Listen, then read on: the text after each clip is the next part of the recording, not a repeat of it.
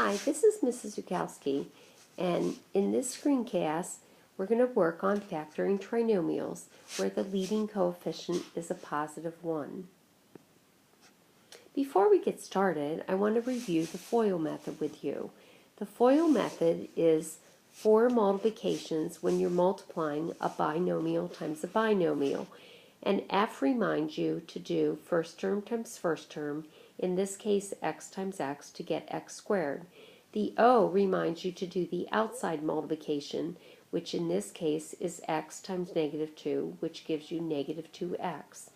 The I reminds you to do the inside multiplication, in this case 10 times x, which is positive 10x. And the L reminds you to do last times last, which is in this case 10 times negative 2, which gives you negative 20. The two middle terms can be combined because they're alike, and the trinomial that you get is x squared plus 8x minus 20. If you're factoring a trinomial, what you're doing is undoing FOIL. So I want you to notice that the negative 20 that we got was found when we multiplied the last term times the last term. That's how we get the third term product. Now, if the last term is negative, the signs of the two factors would have to be set up so that you get a negative product. Think about what kind of numbers they would be. In order to get a negative, one sign would have to be plus and the other would have to be negative. Now, the first term times the first term gave you x squared. So if you break that up in the two parentheses in the first spot times the first spot, you would be putting an x times an x. The negative 20 would need to be broken up as well. That's a little more difficult because you have more than one choice.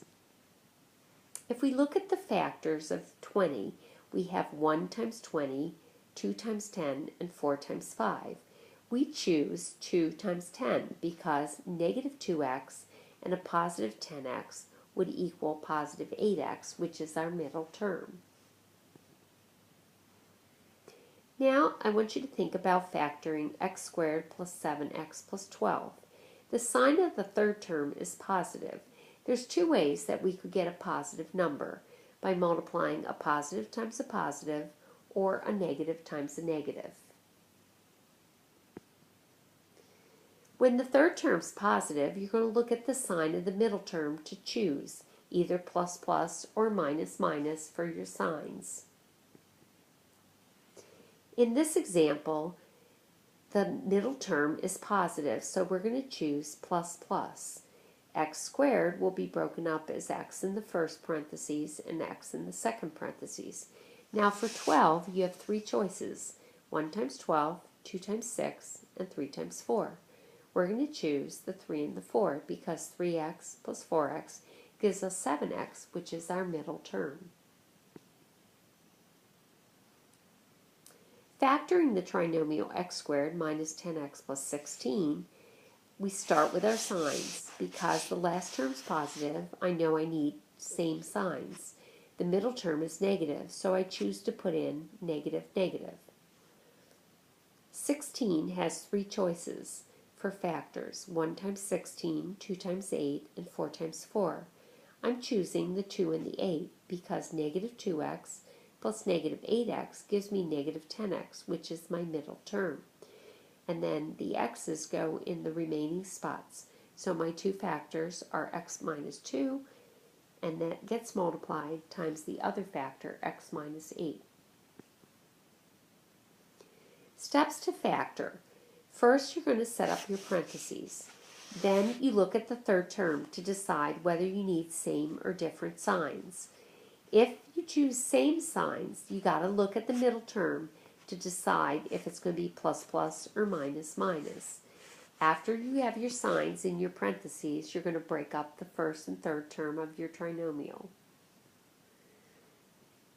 Try to factor this trinomial, x squared plus 11x plus 28. Because the third term is positive, my signs have to be the same. The middle term's positive, so I put in plus plus.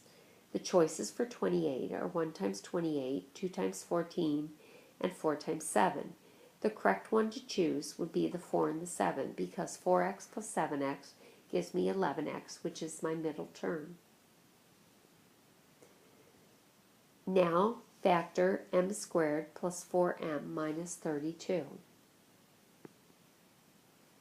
Because the last term is negative, my signs are going to be different, so I put in 1 plus and 1 minus. The choices for 32 are 1 times 32, 2 times 16, and 4 times 8. I'm choosing 4 times 8 because a negative 4x and a positive 8x gives me 4m, so therefore my factors are going to be m plus 8 times m minus 4. Now try to factor y squared minus 13y plus 42. Because my last term's positive and my middle term's negative, my signs will be the same, and I'm putting in minus minus. My choices for 42 are 1 times 42, 2 times 21, 3 times 14, and 6 times 7. I'm choosing 6 times 7 because negative 6y minus 7y gives me negative 13y, which is my middle term. Now look at this problem. We're going to factor this trinomial completely. I want you to start by factoring out a greatest common factor. In this example, we would factor a 2 out because all three terms have that in common, and that leaves me with x squared plus 5x minus 24 in the parentheses. My signs are going to be 1 plus and 1 minus because the last term, negative 24, is negative.